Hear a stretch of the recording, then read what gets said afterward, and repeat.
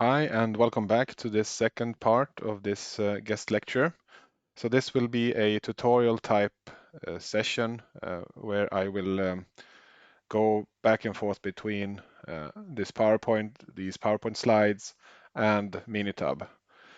And also I will show you briefly how I made the optimization of the variance model in Microsoft Excel, but that will be very brief. However, I will strongly recommend that you follow along and you do this example yourself in Minitab. So please pause the video at any time and follow along in Minitab and solve this example together with me. So hopefully that will be important for you to learn how this can be done in Minitab. I'm also sure about there will be probably some questions that you may have on settings and things in Minitab, which I will not go through. But I'm hoping that you can take those questions to your coach and also to the question seminar that you have with your other teachers, and hopefully figure out if there are some questions about settings I made in Minitab and so on. So I will try to be thorough, but not too thorough, so this video becomes too long. Okay. So let's move on to the example that I've chosen for this session. So this example is from a course book in Design and Analysis of Experiments by Douglas Montgomery. And in that book, it starts with example 6.2, and then it follows in the robust design chapter as example 12.1. For those of you that may have that book, you can take a look at in the book as well. But you will not need the book to follow the example. Okay, so assume that we have a production process of a chemical product, and the chemical product is produced in a pressure vessel. We don't know much more than that from the example. We know that the response, the y variable in this case, is the filtration rate in gallons per hour. At least I will make the assumption that the filtration rate you would like to maximize the filtration rate, because that's basically the amount of chemical product that you will produce during an hour. But there may be other, if you're a chemical engineer, you may have other knowledges about that than I have. Anyway, let's assume that we want to maximize filtration rate and we're producing a chemical product. Also assume that we will have, or from the example, we have 4 experimental factors. Now the temperature, which is the first, let's say, experimental factor, it is difficult to control in practice and may thus here be considered as a noise factor. So let's call the first factor temperature Z1 to refer back to the terminology we used in the previous video. So Z1 is the noise factor, it's the temperature in the production. And then we have 3 control factors: X1, pressure; X2, concentration of formaldehyde; and X3, which is the stirring rate. Well, the rate of stirring the chemical product in the pressure vessel.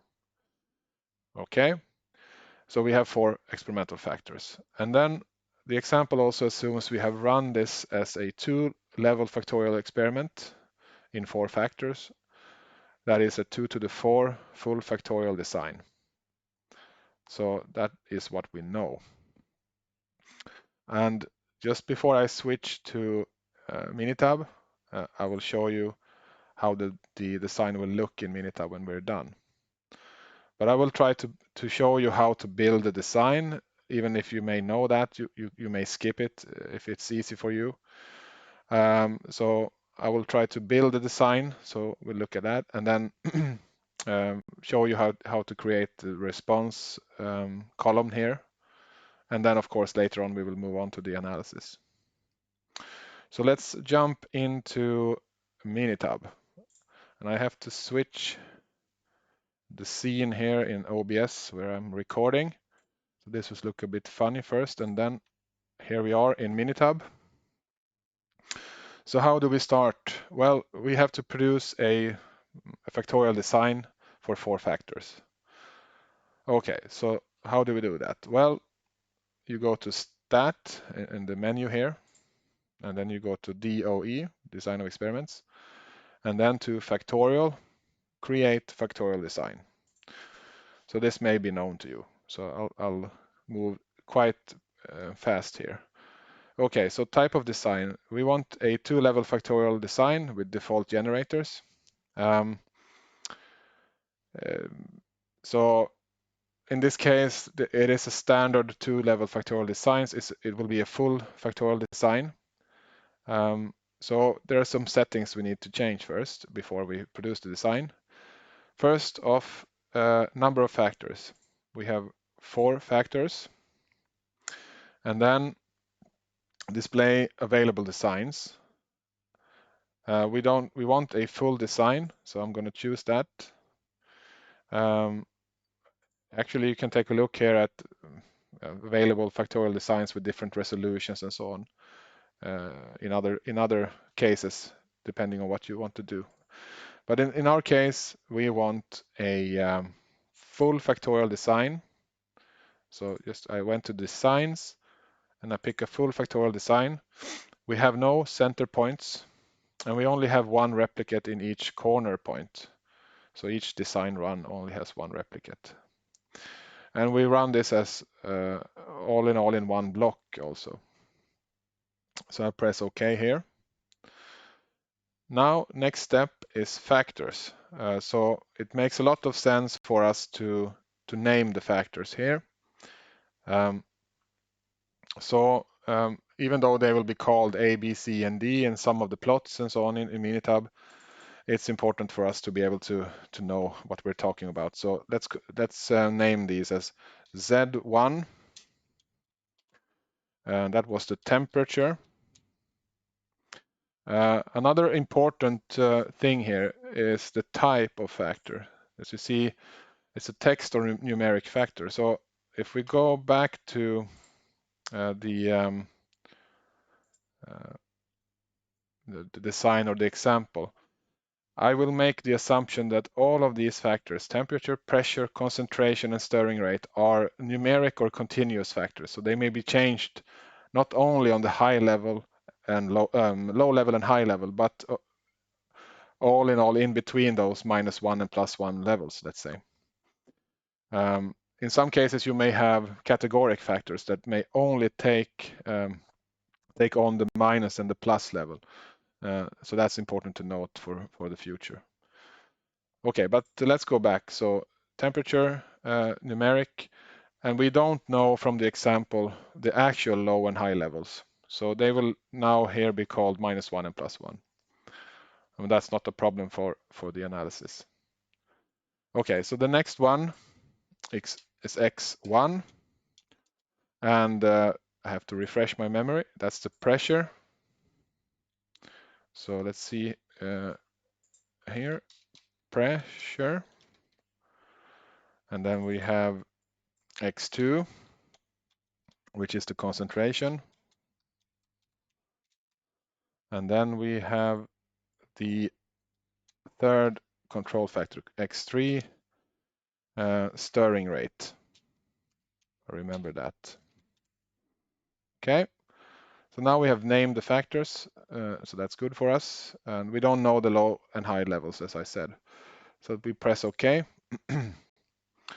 Now we have options also. There are some of the options here I will not go through. One important thing is randomized runs. So when you make your own experiment, you would typically want to randomize the run order. So that's why this is a default setting. In this case, we don't know. We're analyzing an already let's say, conducted experiments. So we don't know the randomized run order. That's why I just tick this out in this case. And of course, store design in worksheet. I want to do that because the design will be here in the worksheet. Okay. Results. I will not change anything here. Printed results is a summary table, analyze table if there's a fractional factorial design. This is a full design, so we basically will get the summary table. You may want to change this and test things out, but anyway, this is not a very important part, as in this example at least. Okay, so now we're ready to produce this design in the worksheet, and we simply press OK. I hope this will work. There we are. So we have the standard order, the 16 runs in this case. You have the run order, which is the same now, but if I would have had a randomized run order, these would be randomized, these numbers. And then in these columns you have Z1, the temperature, the noise factor. You have X1, the pressure, X2, concentration, and X3, the stirring rate. So you have the design. Now the next step is to create our response variable. And you may have, in some cases, you will have several response variables. We only have the filtration rate here. So we have only one response variable. So how do we do that? Well, this is a simple task. We just provide it here. So we put y, let's say y, filtration rate. I would also put the gallons per hour. Although I'm not very familiar with the term gallon, but anyway, that's what the example is using. Now, next step is to fill in for the first run, what is the response value. So I will do this one time, and then I will open an already pre-filled design because I don't want to make a mistake here. So the first response value is 45. The second one is 71. So that would be basically 45, 71. And now, while I'm closing this and opening a new design, you can fill out the rest of your response values. You can pause the video and try to do this so you have a complete design. Okay, so now I will open. Okay, I have to go through this. So let's open this. No, I don't want to change. So this is my full factorial design, and I have all the response values as they are in this column. Okay, so what do we do now then? Well, I'll try to remind you about the main steps in the analysis, which I talked about in the previous video. So we know the control factors, we know the noise factors. The design was already chosen for us in this example. So we used a 2 to the 4 factorial design. We have sort of, in the example, run the experiment. We have the response values. So next step is to analyze the experiment, trying to find significant main effects and interactions. Okay, so how do we do that? Well, we go back here and we go to stat again. And this is a bit easy. It's easy to miss these things. Anyway, to jump into the wrong category. So I'm in the factorial part still. And now I want to analyze factorial design. So I'll do that, and I'll pick my response variable, which is column 9, filtration rate. I can double click here to have it transfer into responses.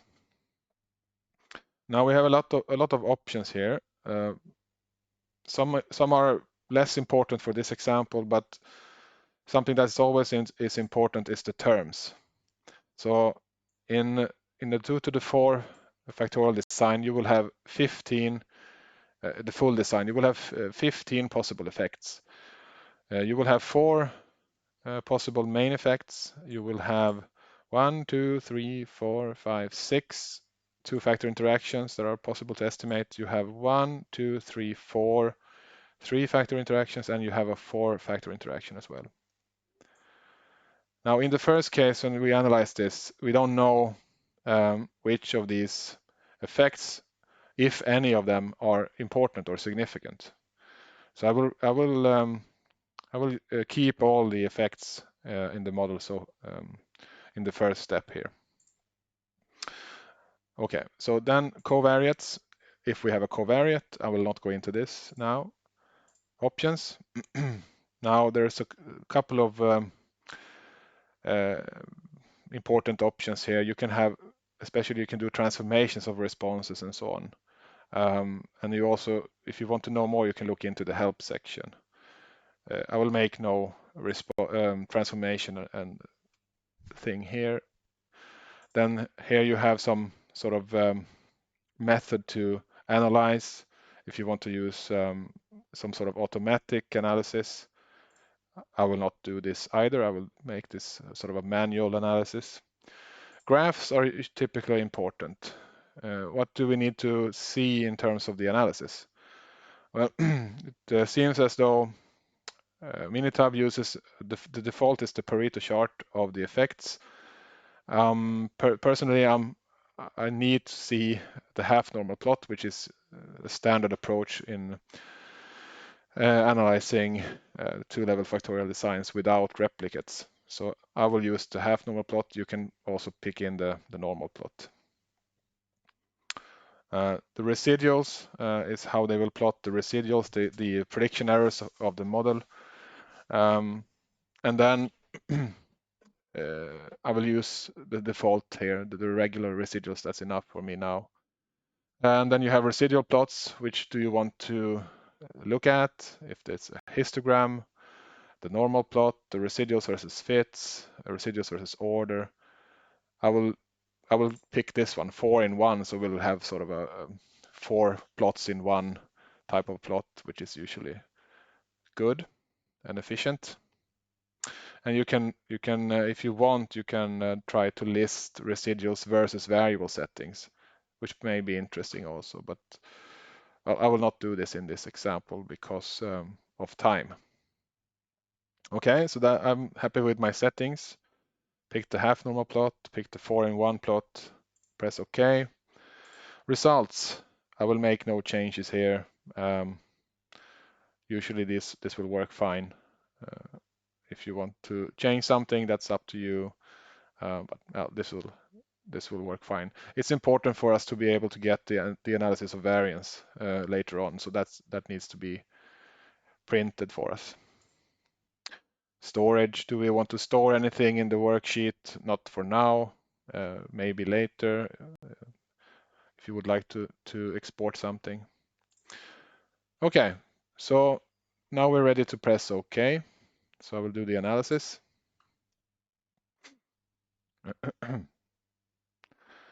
Okay, so keep in mind now that what we have done is to estimate a model with all the 15 effects.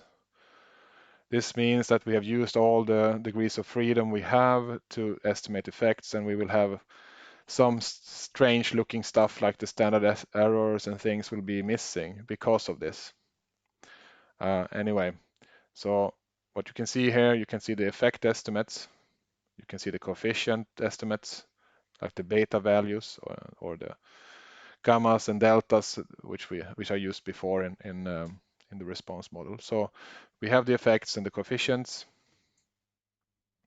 We have a model summary, which is not that interesting now when we have all the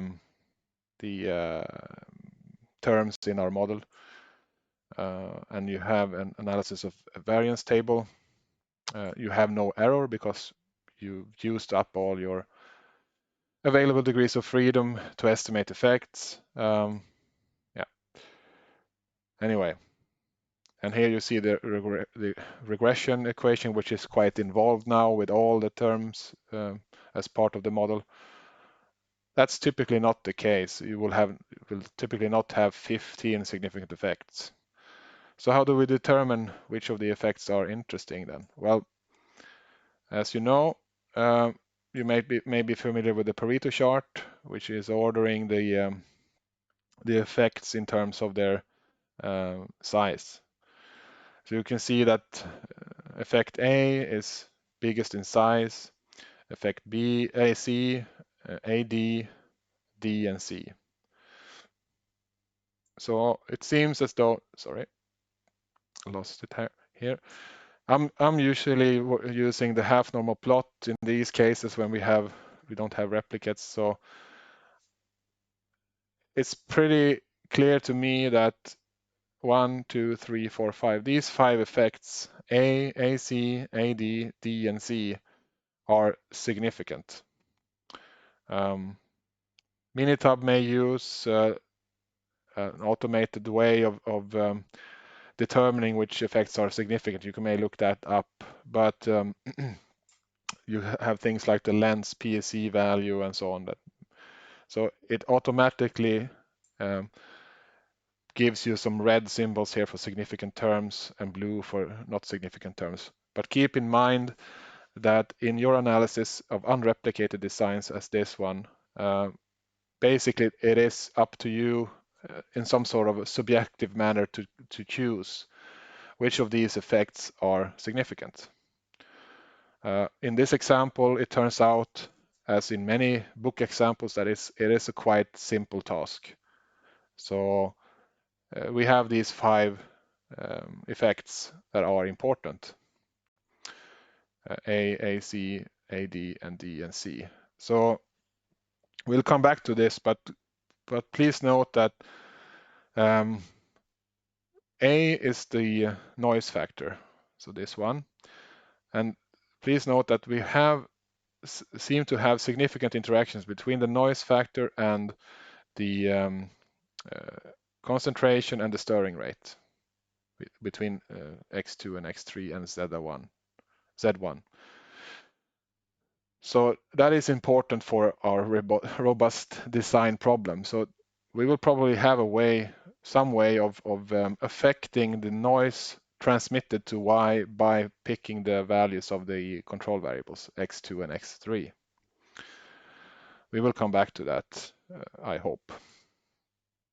Okay, but now we know we have to sort of keep in mind now that it's A, AC, AD, D, and C that we want to keep in the model. So let's go back and do another analysis. So I'll go to Stat, DOE, Factorial, Analyze Factorial.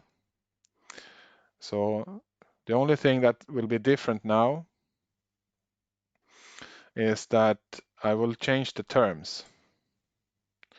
So I can see here that I want to keep A. B is not part of this of these significant terms, so I'll remove B. C and D is part of it. AB is not. I remove it. AC, AD is part of it. BC is not. BD is not. CD is not. And as you can see, these higher order interactions should be removed. So now we have 1, 2, 3, 4, 5 effects remaining selected as terms in this model. Okay. That's good. So let's see if there are other options that may be useful for us. Covariates, not. In this case, options, not. Stepwise, not. Graphs, okay. No, I want to keep the same settings, fine. Results, storage, no. Okay.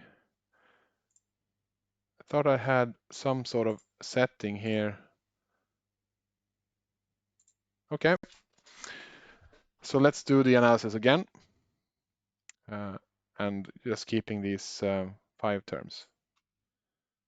Okay, so you may notice that the coefficient estimates have not changed. It's only that we have less of them. So we have the the main effect of the temperature, the Z1, X2 and X3, and then we have two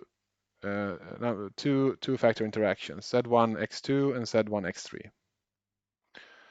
And now we can take a look at the summary statistics also. We can see that we have quite high R-squared adjusted value, and R-squared and R-squared predicted values are quite high in terms of being over 90%. It's not the focus of this exercise to maximize those, but anyway.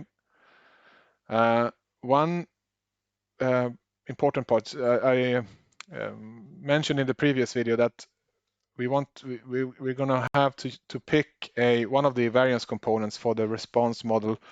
The variance model from the response model is based on one of the variance components.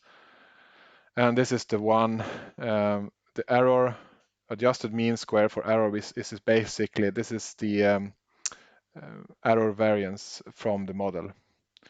So this is going to be used later on.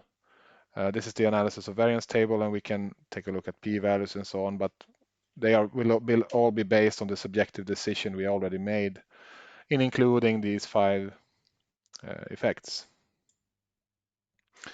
Here we have another interesting or important part, the regression equation, which we will use soon to construct this response model, which is basically this regression equation. Now, it can become a bit heavy on the eyes because it's not only Z1, now it's also Z1-temp and so on. So there becomes some text in between here. So we have to be looking for the coefficient estimates in this model, and we can make this more simplified in the slides soon. Okay.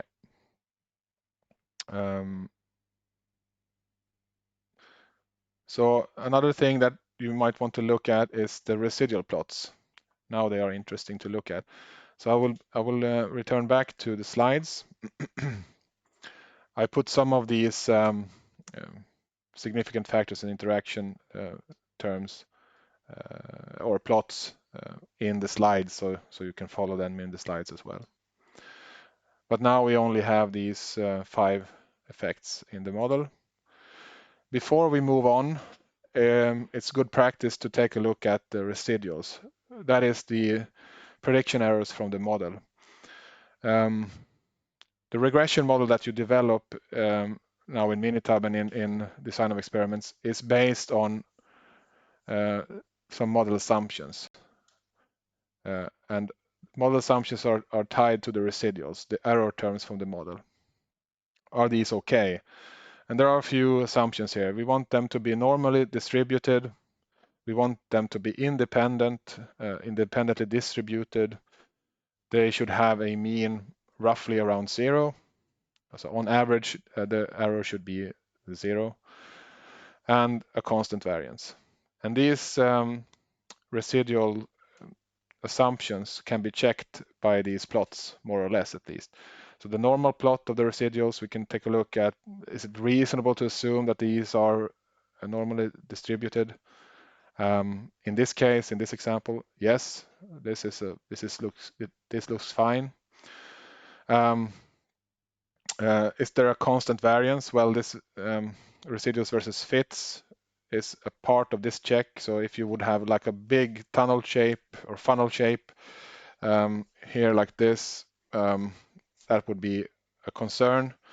In this case, it doesn't seem to be that bad. Are they centered around 0? Well, the histogram provides you with some information about that. It looks fairly okay. At least there are some residuals above 0 and some below 0. It looks okay. And versus order also, this is the independently distributed part. Now we don't have the true run order, so this doesn't really make sense for us. But if we would have had the run order that they actually used in the experiment, then we could have taken a look on this this plot. Well, I don't want to make a course in residual analysis, but that's at least part of what you usually do. You take a look at the residuals before you move on.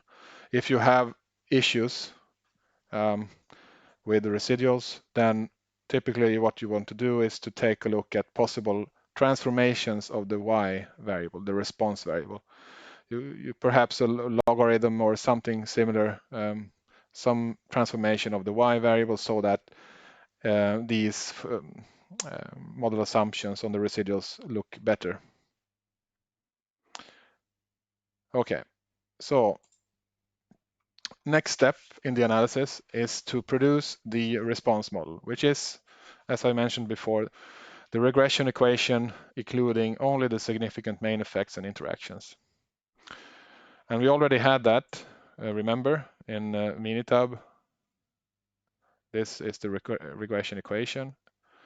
Here it says in uncoded units, but since we don't have the true values of the temperature and concentrations used, and so the uncoded units and this regression equation will be the same as in the coded units.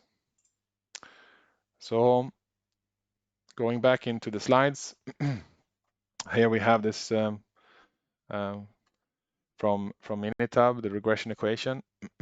Now we can try to look at this or refer back to the terminology for the response model in the previous video recording I made. So what do we see here? We have the y hat, we have the beta zero hat, which is 70.06, and we have gamma 1 and z1, in this case 10.81 times z1. So this is the estimated coefficient in front of z1. We have beta 2 x2, beta 3 x3, beta 2 1 x2 z1. No, sorry, delta. I call these delta and gamma. It's just to be able to differentiate between the parameters in front of the noise variable and parameters in front of the interactions between noise and control factors. And the betas I use for the parameters in front of the control factors only, the main effects. And I hope you can see if I just get rid of this stirring rate and the text concentrations on, basically this is the same. So y hat is 70.06, 10.81 times z1, 4.94 times x2, 7.31 times x3, minus 9.06 x2 z1, and so on. So here we have the response model we're going to use, containing only the significant effects found in the analysis. Okay, so how do we get the expected value and the variance from this response model? Well, as we said earlier, the expected value equation or function is basically the control factor part of the response model. So beta 0 will be remaining, beta 2 x2, beta 3 x3, and of course the estimated values for these. So these this formula is for the expected value. Now the expected value seems to only be related to the settings of x2 and x3. So that's important to keep in mind. The variance formula, now this part here, we can take, if we differentiate this response model with respect to Z1, this is what we're going to be left with. Gamma 1 plus delta 21 x2 plus delta 31 x3 squared. And then we have this sigma z square, which is the noise variance. And we have sigma squared here, which is the, as I said earlier, the adjusted mean square for the error from the analysis of variance. So just to be clear, if we go back now to Minitab, the analysis of variance table we have here, I'm looking now at the 19.51, which is the error adjusted mean square or error variance given this specific model we have. Okay.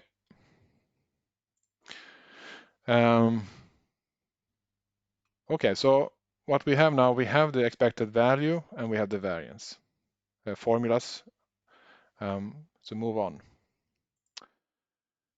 Now the fifth step states that if possible, use the response model to find settings for the control factors that result in minimized variance and a robust design.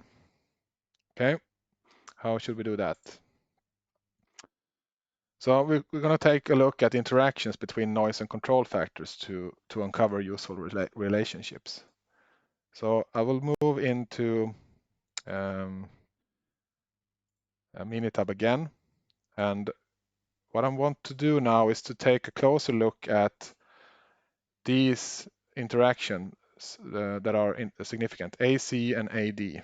So interactions between the noise factor, temperature, and concentration, and the noise factor and stirring rate. So we can produce these interaction plots to take a look at them. How do we do that? We go to Stat, we go to DOE, factorial, and then we have something called factorial plots. Okay, so press that, and then we are able to produce several plots. To make this simple, I'll take a look at only A and AC first. So Z1 and concentration.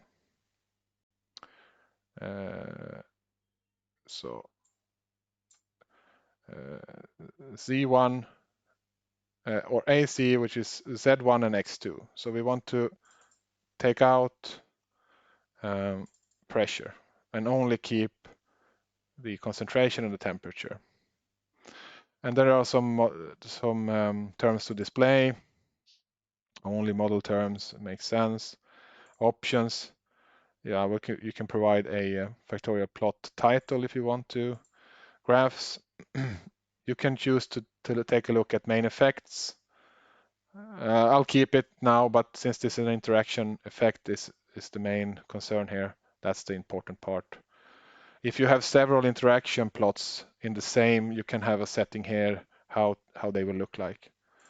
But anyway, and we can take a look at the model. This is the model that's behind the plots also. Okay, press OK. Now, if we take a look at this, so we have the main effect plots. Maybe interesting, but not really, since we have a significant interaction effect. The interesting part here is to take a look at how variations in the temperature manifest themselves in terms of the filtration rate for different settings of X2.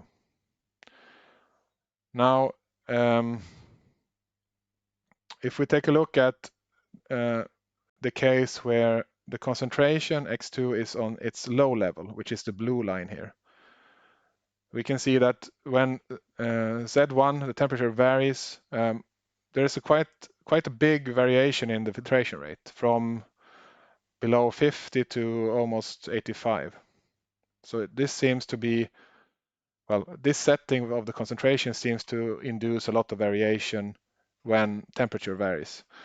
But when the concentration is at its high level, it seems as though the variation in temperature is not really affecting filtration rate that much. So that's interesting to note. Yeah, that seems to be an interesting area to be toward a high level of X2. Okay, so let's take a look at the other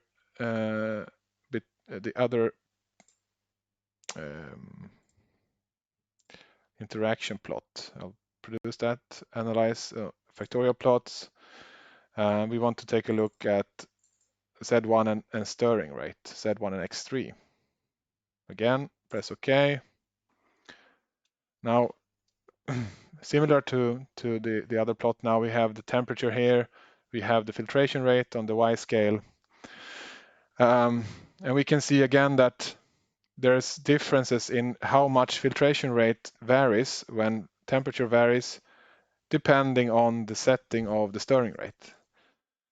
So actually, it seems as though the low level, when the stirring rate is blue here, the low level of stirring rate, when Z1 varies, you don't have that much variation in the filtration rate. So moving back into the slides with some supporting text here, we can conclude that if we look at this one, when X2 is on its high level, the change in temperature affects filtration rate less. So a conclusion here is that X2 may be used to reduce variance. That's at least an important conclusion. And then from this plot, we can see that X3, when that is on its low level, the change in temperature affects filtration rate less. So another conclusion is that X3 may be used to reduce variance. And I'll remind you what we want to do is actually trying to minimize the variance, which is this formula or equation or function. So how do we minimize this? Well, as you can see, this is unknown to us, but we can assume a value. This is a constant, basically, the noise variance, and this is known. So this expression in between these brackets, it's depending on the size of this expression squared is depending on the values of X2 and X3. I hope you can see that. So by choosing properly the values of X2 and X3, we can minimize this function. So if we truly want to minimize variance, there might be settings of X2 and X3 that are not exactly -1 and +1, but somewhere in between, since these are continuous variables. So if we would like to solve for minimum variance, so if we truly want to minimize the variance, we can minimize the above function by setting these values of X2 and X3. Well, in some cases, when you only have one variable, so let's say it would only be X2 here, that would be quite easy for us. And different softwares, Minitab and other softwares, have different options for this. What I did to make this quite easy is to do this in Excel's solver. I will show you a bit also in Excel, and you may be very familiar with that. So if not, there are excellent videos online on how the Microsoft Excel solver works. But before going into that, into Excel, this is a very important assumption. I have assumed now that both X2 and X3 are continuous numerical variables, which means that they can take on values, all values between -1 and +1. That has been my assumption. So in trying to minimize this function, I will let the solver look for settings of X2 and X3 between -1 and +1 so that this expression is minimized. If we take a look at Excel, I will just briefly mention a few things here. So here we have the formula for the expected variance, expected value, and the formula for variance. This part, sigma z squared, is a constant, so we can just pick a value. To make this easy, I picked 1 as a value, but any value is okay. It will not affect the settings. Just to take some few visualizations of how the expected value and the variance behaves for different settings of x2 and x3. So here you have combinations of -1, +1, sorry, -1, -1. This will lead to this expected value and this variance. I also calculated something called the propagation of error, which is sometimes used. It's not important, but in some softwares, POE will be reported, which is only the square root of this. So as you can see, we can look at a bit. So where is this smaller variance? When is it quite small? Well, here it's quite small when x2 is 0 and x3 is -1. Here it's even smaller when x2 is +1 and x3 is 0. Anyway, what I used is the Excel's solver. So, and the objective was to minimize the variance by setting these values or letting Excel search for values between -1 and +1 for x2 and x3. If I do that, Excel will report this that x2 should be 0.65, x3 should be -0.59. And this is also a very important assumption again. This is under the assumption that both variables are continuous. You may end up in your cases with examples where you have discrete values. So let's say x2 or x3 or whatever can only take on -1 or +1. Then this will be a much easier thing to solve. Anyway, this is a very fast solver. It doesn't take many seconds to solve this by Excel. Okay, so let's move back into the slides. So this is the example session. So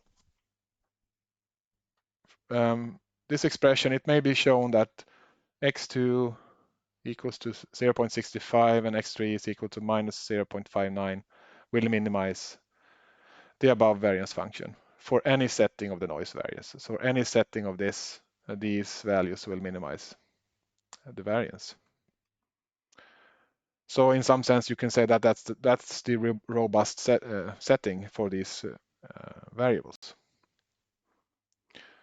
Okay, to wrap things up a bit, now assume that we have chosen to minimize the variance, and that's the priority for us. Then we have set x2 is equal to 0.65 and x3 is equal to 0.59.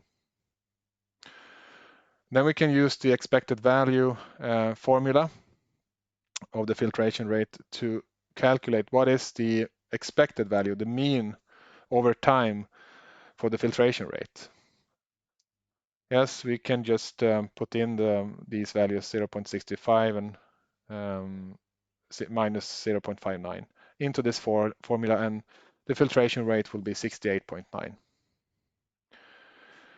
So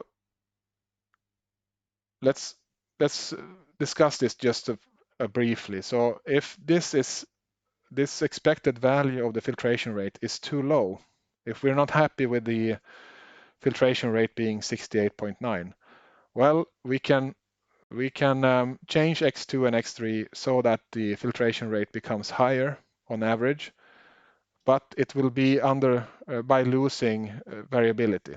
So we can sacrifice by increasing variability to get a higher expected mean value. of the filtration rate. But that is the, let's say, an interesting discussion point that you need to know. You need to know details about the process. Where do the expected value needs to be, and or is it more important for us to minimize variance? Yeah, so that's how these formulas of, I'll go back. This is why the expected value, the mean, and the variance are two separate formulas. We can have two objectives of this robust design problem. I've chosen here to go with minimizing variance, as it's a little bit more fun and more it's a little bit more difficult also. Okay, that's it for this example. I hope it has been useful for you to see how this works also in Minitab, and yeah, I will provide also this example of how I made this in Excel in the solver, but I'm sure that for many of you that's an easy task as well to optimize a given function in Excel. Okay, so I will thank you for this opportunity to provide this guest lecture on robust design. I wish you best of luck with your assignments in this course, and take care, and see you another time. Bye bye.